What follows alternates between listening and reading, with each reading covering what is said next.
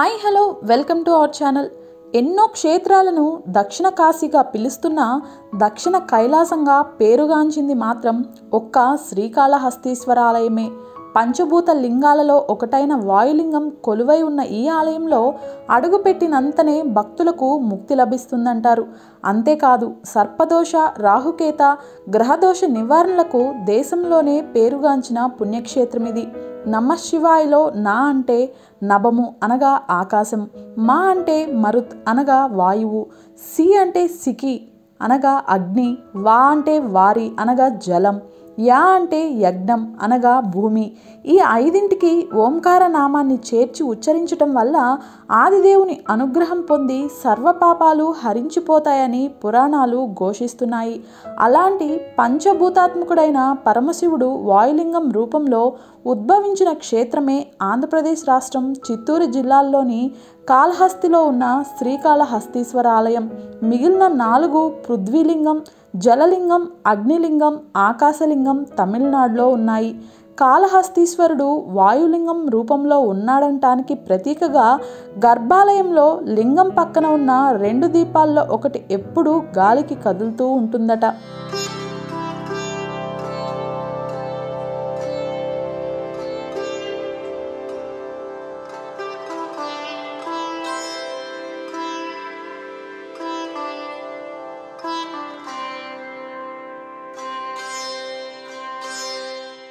కృతయుగం ప్రారంభంలో బ్రహ్మదేవుడు మహాశివుడి ఆజ్ఞను ధిక్కరించడం వల్ల అజ్ఞానంతో సృష్టి కార్య నిర్వహణలో విఫలమవుతాడు.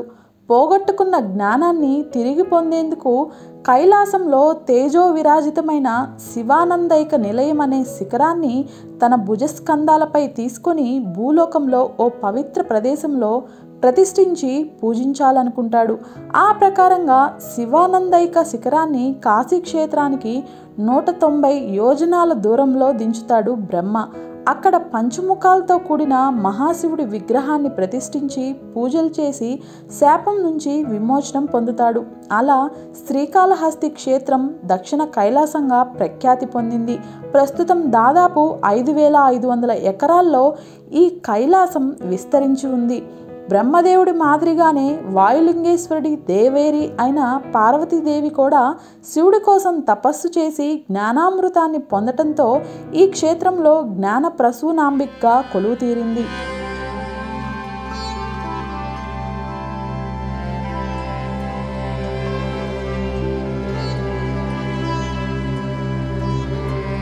శ్రీ అనగా సాలీడు, కాళము అనగా సర్పం, హస్తి అనగా ఏనుగు. ఈ 3 మూగజీవాల భక్తికి మెచ్చి ముక్తిని ప్రసాదించిన శివుడు ఇక్కడ శ్రీకాళహస్తీశ్వరుడుగా కొలువు తీరాడు. అదెలాగంటే పూర్వం తామ్రపర్ణి నదీ తీరంలో నివసించే కరబుడు చీరల అల్లకంలో దిట్ట. పుట్టినప్పటి నుంచి శివభక్తుడైన అతడు దుష్ట సావాసంతో శివారాధన విస్మరించి వైదిక ధర్మాలను విడిచి పెట్టడంతో అనారోగ్యానికి గురై తనువు చాలించాడు. మరుజన్మలో సాలీడుగా దక్షిణ కైలాసంలో జన్మించాడు. ఈ సాలీడు తన దారాలతో వాయులింగేశ్వరుడికి కైలాసంలో ఉన్నట్లు వేదికలు, భవనాలను అల్లుతూ ఉండేదట. దాని భక్తిని పరీక్షించదలిచి ఓ రోజు శివయ్య ఆ అల్లికలను అగ్నికి ఆహుతి చేశాడట. అది చూసి భరించలేక అగ్నిలో దూకిన సాలీడుకు శివుడు సాయుధ్యాన్ని ప్రసాదించాడు.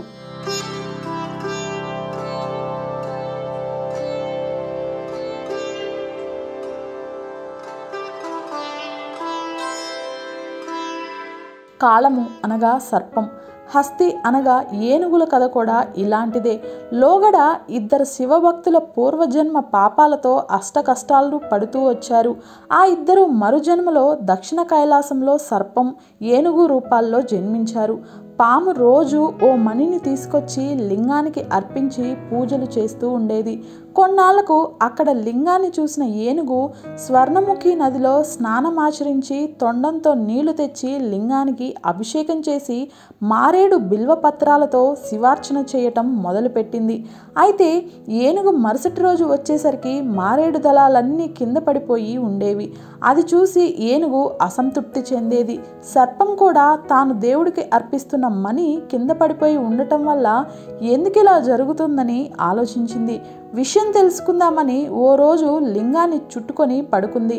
ఆ సమయంలో ఏనుగు రావటం, పూజ చేసేందుకు మణిని పక్కకు తోయటం చూసిన పాము కోపంతో ఏనుగు తొండంలోకి దూరింది. దాంతో బాధను తట్టుకోలేక ఏనుగు తన శిరస్సును కొండకు ఢీకొట్టడంతో 2 జీవులు శివైక్యం పొందాయి. అలా ఈ క్షేత్రం శ్రీకాళహస్తి అయింది. మహాభక్తుడైన కన్నప్ప ఏకంగా తన కళ్ళనే తీసిచ్చింది ఇక్కడ శివుడికే. అందుకే కాళహస్తిలో తొలి పూజను అందుకుంటున్నాడు భక్త కన్నప్ప.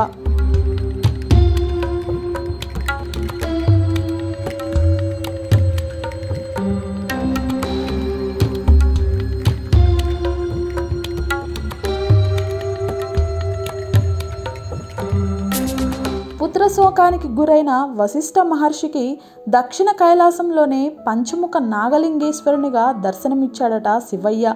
ఆ నాగరూపం కారణంగానే కాళహస్తి రాహుకేతు క్షేత్రంగా కూడా వర్ధిల్లుతుంది. సర్పదోషం, రాహుకేతు గ్రహదోషాల నుంచి నివారణ కోసం దేశ విదేశాల నుంచి ఎందరో భక్తులు ఇక్కడికి వస్తుంటారు. 3వ శతాబ్దం నుంచే అభివృద్ధి చెందినట్లు చారిత్రక ఆధారాలున్న ఈ ఆలయానికి వెళ్తే మహాదేవుడి దర్శనంతో పాటు అలనాటి శిల్పకళా వైభవాన్ని దర్శించుకోవచ్చు.